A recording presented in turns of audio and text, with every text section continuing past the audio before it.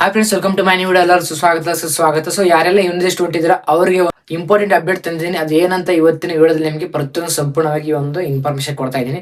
So ಫಸ್ಟ್ನೇ update ಏನಂದ್ರೆ ನಿಮಗೆ, ಸೊ ಯಾರೆಲ್ಲ ನ್ಯೂ ಅಪ್ಲಿಕೇಶನ್ ಯಾರೆಲ್ಲ ಯುವನಿಧಿ ನ್ಯೂ ಅಪ್ಲಿಕೇಶನ್ ಹಾಕಕ್ ಹೋದ್ರೆ, so your degree diploma certificate is not available on national academic certificate NAD please contact our university ಅಂತ ಈ ತರ ಬಂದ್ರೆ ಅದಕ್ಕೆ ಏನ್ ಸೊಲ್ಯೂಷನ್ ಅಂತ ಇವತ್ತಿನ ವಿಡಿಯೋದಲ್ಲಿ ನಿಮಗೆ ಪ್ರತಿಯೊಂದು ಕೂಡ ಇನ್ಫಾರ್ಮೇಶನ್ ಕೊಡ್ತೀನಿ. ಜೊತೆಗೆ ಸೊ ಯಾರೆಲ್ಲ ಯುವನಿಧಿ ಸೆಲ್ಫ್ ಡಿಕ್ಲೇಷನ್ ಫಾರ್ಮ್ ತುಂಬಾಕ್ ಹೋದ್ರೆ, ಸೊ ಏನಂತ ಬರ್ತಾ ಇದೆ, ನಿರುದ್ಯೋಗವಾಗಿರೋ ಬಗ್ಗೆ ಮಾಸಿಕ ಸ್ವಯಂ ಘೋಷಣೆಯನ್ನು ಇಲ್ಲ ಎಂದು ನಿಗದಿಪಡಿ ನೀಡುವುದರಿಂದ ನಿರುದ್ಯೋಗಿ ಇರುವ ಬಗ್ಗೆ ಮಾಸಿಕ ಸ್ವಯಂ ಘೋಷಣೆಯನ್ನು ಇಲ್ಲ ಎಂದು ನೀಡುವುದರಿಂದ ನಿಮ್ಮನ್ನು ಯುವನಿಧಿ ಯೋಜನೆಯಿಂದ ಕೈ ಬಿಡಲಾಗಿದೆ ಅಂತ ಈ ತರ ನೀವು ಹಾಕಿದ್ರೆ, ಸೊ ಅದಕ್ಕೆ ನೆಕ್ಸ್ಟ್ ನಿಮ್ಗೆ ಸೆಲ್ಫ್ ಡಿಕ್ಲೇಷನ್ ಫಾರ್ಮ್ ತುಂಬಕ್ಕೆ ಆಪ್ಷನ್ಸ್ ಕೊಡಲ್ಲ. ಸೊ ಅದಕ್ಕೆ ಏನ್ ಸೊಲ್ಯೂಷನ್ ಅಂತ ಇವತ್ತಿನ ನೋಡಿದ್ರೆ ನಿಮಗೆ ಪ್ರತಿಯೊಂದು ಇನ್ಫಾರ್ಮೇಶನ್ ಕೊಡ್ತೀನಿ. ಸೊ ಯಾರಾದ್ರೂ ನಮ್ಮ ಚಾನಲ್ ಹೊಸಬ್ರಿದ್ರೆ ನಮ್ಮ ಚಾನಲ್ ಸಬ್ಸ್ಕ್ರೈಬ್ ಮಾಡಿ, ವಿಡಿಯೋ ಲೈಕ್ ಮಾಡಿ ಮತ್ತು ಎಲ್ಲ ಫ್ರೆಂಡ್ಸ್ಗೆ ಶೇರ್ ಮಾಡಿ.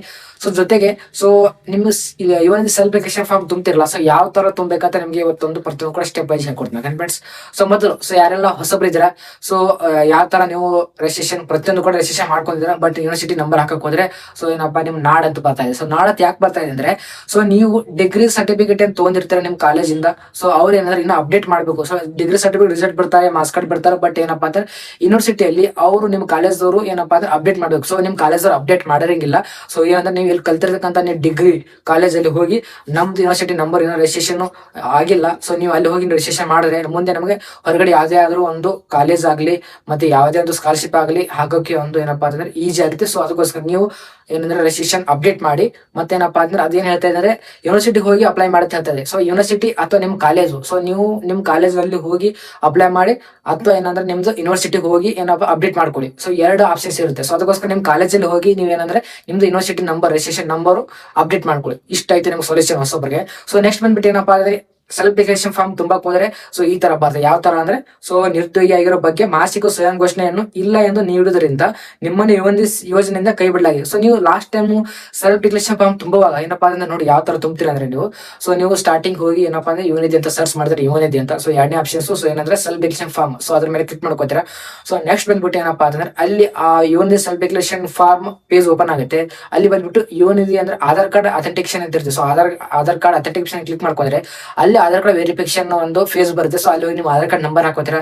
ಸೊ ಆಧಾರ್ ಕಾರ್ಡ್ ನಂಬರ್ ಹಾಕಿ ಕೆಳಗೆ ಏನಪ್ಪಾ ಅಂತಂದ್ರೆ ನೀವು ಗೆಟ್ OTP ಮೇಲೆ ಕ್ಲಿಕ್ ಮಾಡ್ಕೊಂಡ್ರೆ ಒಂದು ಆಧಾರ್ ಕಾರ್ಡ್ ನಲ್ಲಿ ಏನು ನಂಬರ್ ಲಿಂಕ್ ಇರುತ್ತೆ. ಸೊ ಆ ನಂಬರ್ಗೆ OTP ಹೋಗುತ್ತೆ, ಆ ನಂಬರ್ ಫಿಲ್ ಮಾಡ್ತೀರಾ. ನಂತರ ಕೆಳಗೆ ಸಬ್ಮಿಟ್ ಮೇಲೆ ಕ್ಲಿಕ್ ಮಾಡ್ಕೋತೀರಾ. ಸಬ್ಮಿಟ್ ಮೇಲೆ ಕ್ಲಿಕ್ ಮಾಡ್ಕೊಂಡ್ರೆ ಮತ್ತೆ ಅದೇ ಪೇಜ್ ಓಪನ್ ಆಗುತ್ತೆ. ಸೊ ಯಾವ ಪೇಜ್ ಅಂದ್ರೆ self declaration form page. So ಅಲ್ಲಿ ಏನಾದ್ರೆ ಗೆಟ್ ಆಧಾರ್ ಡೀಟೇಲ್ಸ್ ಅಂತ ಹೊಡೆದ್ರೆ ನಿಮ್ದು ಆಧಾರ್ ಕಾರ್ಡ್ ಪೆಚ್ ಆಗುತ್ತೆ. ಸೊ ಆಧಾರ್ ಕಾರ್ಡ್ ಪೆಚ್ ಆಗಿದ ತಕ್ಷಣ ಏನಪ್ಪಾ ಅಂತಂದ್ರೆ ಸೊ ಅಲ್ಲಿ ನಿಮ್ದು ಏನಂದ್ರೆ ಸೊ ನಿಮ್ದು ಯೂನಿವರ್ಸಿಟಿ ರಿಜಿಸ್ಟ್ರೇಷನ್ ನಂಬರ್ ಮತ್ತೆ ನಿಮ್ದು ಯಾವ ಮಂತ್ ತುಂಬತಾ ಇದೀರಾ, ನಿಮ್ದು ಹೆಸರು ಪ್ರತಿಯೊಂದು ಕೂಡ ಬರುತ್ತೆ. ಸೊ ಅದ್ರ ಕೆಳಗೆ ಏನೋ ಸೆಲ್ಫ್ ಕನ್ಸೆಂಟ್ ಫಾರ್ಮ್ ಅಂತ ಬರುತ್ತೆ. ಅಲ್ಲಿ ಎಸ್ ಆರ್ ನೋ ಅಂತ ಇರುತ್ತೆ. ಸೊ ನೀವು ಯಾರೆಲ್ಲ ನೋ ಅಂತ ಹಾಕಿದ್ರೆ ನೆಕ್ಸ್ಟ್ ನಿಮ್ದು ಸೆಲ್ಫ್ ಡಿಕ್ಲೇಷನ್ ಫಾರ್ಮ್ ತುಂಬಕ್ಕೆ ಆಪ್ಷನ್ಸ್ ಕೊಡಲ್ಲ. ಸೊ ಯಾಕಂದ್ರೆ ಸ್ಟೂಡೆಂಟ್ಗಳು ನೋ ಅಂತ ಹಾಕಿದ್ರೆ ನೋ ಹಾಕಿದ್ರೆ ಏನಪ್ಪಾ ಅಂದ್ರೆ ನೆಕ್ಸ್ಟ್ ಏನಂದ್ರೆ ಅವ್ರಿಗೆ ತುಂಬಕ್ಕೆ ಬರ್ತಾ ಇಲ್ಲ. ಸೊ ಅದಕ್ಕೋಸ್ಕರ ಎಸ್ ಅಂತ ಹಾಕೊಳ್ಳಿ, ನೋ ಅಂತ ಹಾಕಕ್ ಹೋಗ್ಬೇಡಿ.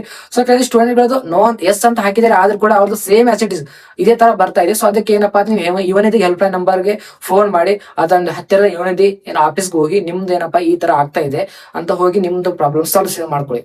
ಇಷ್ಟೆಲ್ಲ ಮಾಹಿತಿ ನಿಮಗೆ ಆಗಿರುತ್ತೆ. ಮತ್ತೆ ಯಾವ್ದಾದ್ರು ಪ್ರಾಬ್ಲಮ್ ಇದ್ರೆ ಸೊ ಕಮೆಂಟ್ ಮಾಡಿ. ಸೊ ಅದ್ರ ಪರವಾಗಿ ಮುಂದಿನ ನೋಡಿದ್ರೆ ನಾನು ನಿಮಗೆ ಸೊಲ್ಯೂಷನ್ ಕೊಡ್ತೀನಿ. ಸಿಗೋಣ ಮುಂದಿನ ನೋಡಿದ್ರೆ. So thank you so much.